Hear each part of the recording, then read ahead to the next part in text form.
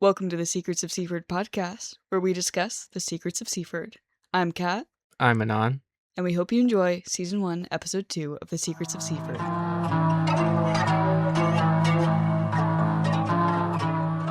How much would you say you got away with as a teenager? And to the other side, how much would you say you would let your teenager get away with? Now, I could make a blanket statement and say something like most people would say little to nothing. But as I said in the last episode, everyone has different experiences. There are an uncountable amount of factors that go into how someone is raised. The way their parents were raised, their social class, the town they grow up in, the people around them, and the friends they make. Regardless, I do believe there is some standard for what is too far or too little, and even more so when considering some factors. For example, a teen whose parents had to work hard to achieve that freedom for their children, or even very religious families will likely have a much stricter lifestyle for their children. On the other hand, someone who is comfortably rich or generally less present as a parent will probably be less strict.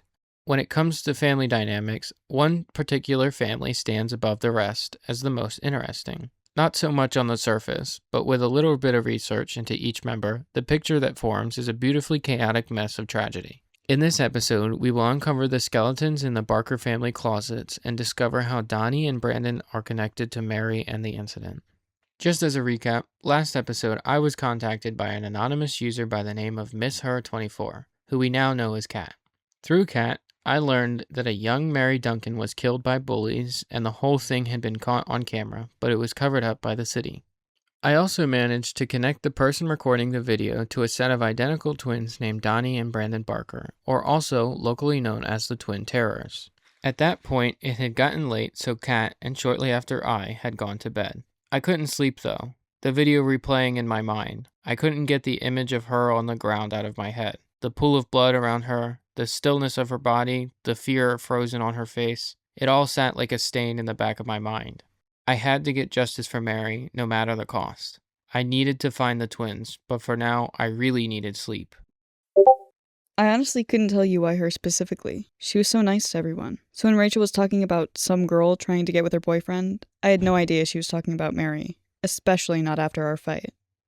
Kat had replied to me at some point the next morning before I had woken up. When I did wake up, around noon or so, the first thing I did was check my computer. A part of me was hoping that I would turn on my computer and it would all be gone, like a bad dream, but the sad reality hit me when I saw the notification that Kat had responded. Her response only gave me more questions, a list of which was piling up to an overwhelming extent.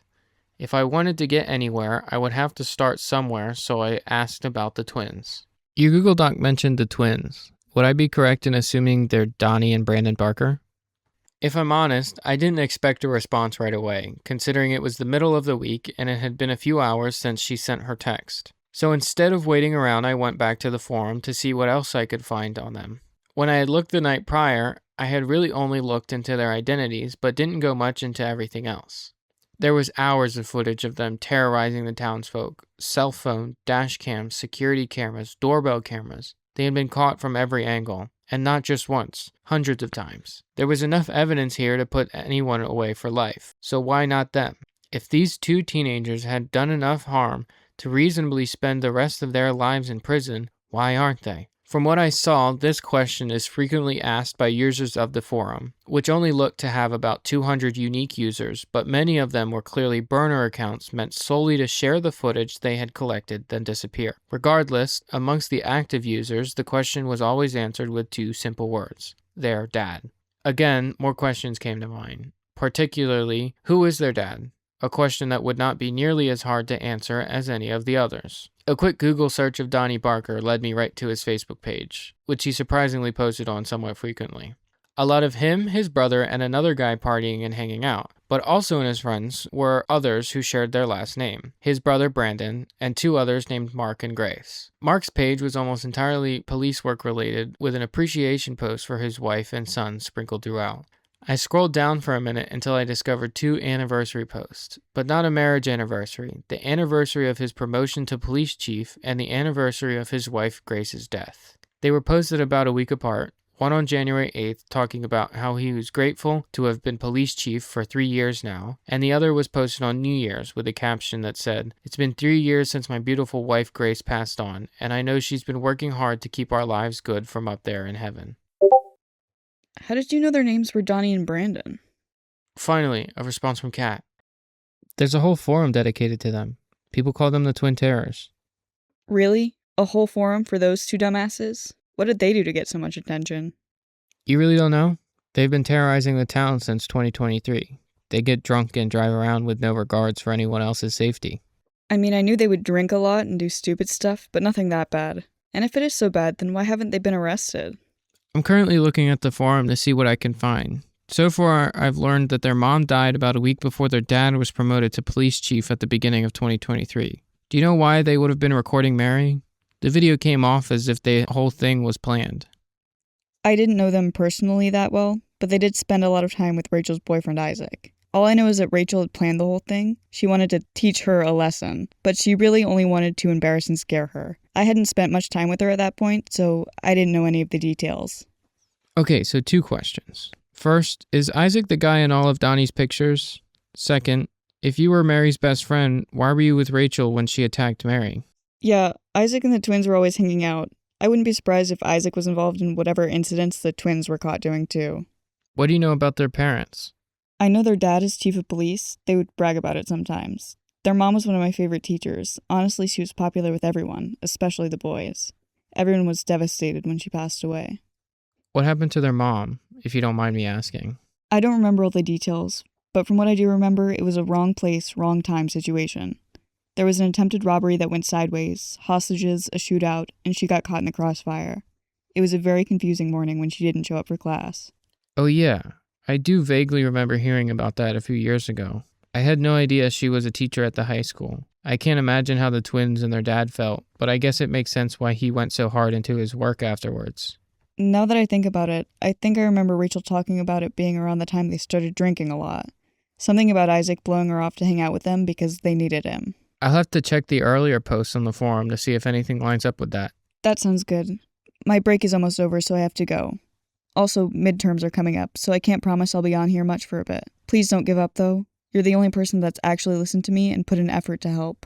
Thank you for everything so far. I don't think you realize how much this means to me. I'll do my best to document everything I find as I go. Good luck with school and everything. Hopefully we will talk soon. At this point, I had so much more information on these twins than I ever thought I would have. I didn't know how much of it was important or even relevant, but as I got further into my research, I realized there were more things that needed to be brought to the attention of the public than just the video they had recorded. There was more going on behind the scenes of their lives and the life of the police chief that people needed to know. For them, however, most of it had already been documented. I just needed to find the most damning of it all. I spent the next 2 weeks on that forum, with no response from Kat. Hours and hours looking through every video that had been posted, with each passing day more being posted. Halfway through my investigation, I discovered an absolutely disgusting video, a since-deleted social media post of them breaking into someone's house. They didn't steal anything, but they trashed the place, and ate most of the food. They were with a third guy who looked exceptionally nervous, questioning their actions, which was met with a swift and blasé response expressing that their dad would just get them out of trouble. Then, to add on top of it, they joked about the fact that he was only doing it because he wants them to like him as a father. I was appalled to think that all of this evidence and none of it mattered because any time they would do anything bad, our beloved police chief would just get them out of trouble. But this wasn't the worst of it all. That title belongs to one specific video. All the way at the bottom of the forum, the last post I would see, the first thing posted. The video was very low quality, dash cam footage from a few nights after their dad's promotion. The contents of the video were vile. Even I had trouble watching it. It all happened so quickly. The dash cam car was driving behind another. They were passing over the bridge at Concord Pond, when suddenly a third car comes flying around the corner, slamming into the side of the car in front, sending them off the side of the bridge into the water. The third car then quickly speeds off, with the driver's face being barely visible in the video. This had to have been on par with Mary's video for the worst thing I had ever seen. Evidence so damning in not a single news report or case. On at least 2 counts, these twins have been responsible and involved with someone's murder, neither of which saw repercussions. There's no guarantee that these are the only examples, just the ones that were caught on video. I'd gotten so invested in this that before I had realized, 2 full weeks had passed, and the thing that snapped me out of it was a message ping from Kat. I had almost forgotten about her and her involvement with this case, but her message would be the tipping point to where we are today. I'm sorry about not texting. I've been pretty busy, but I was keeping up with what you'd put into the doc. I was wondering if you'd be willing to call. I think you mentioned wanting to do a podcast in your original post, and I want to be involved if you're going to use Mary's story. Yes, that would be perfect. When were you thinking? I'm free pretty much all the time. Kat and I did eventually call and discuss the evidence so far and how we would structure the podcast. We agreed with what we had so far. Isaac would be who we investigated next. And all that brings us to today. Next week's episode will reveal exactly how Isaac has tangled himself into every part of this case. From the twins to Rachel and Mary, he seems to be at every turning point.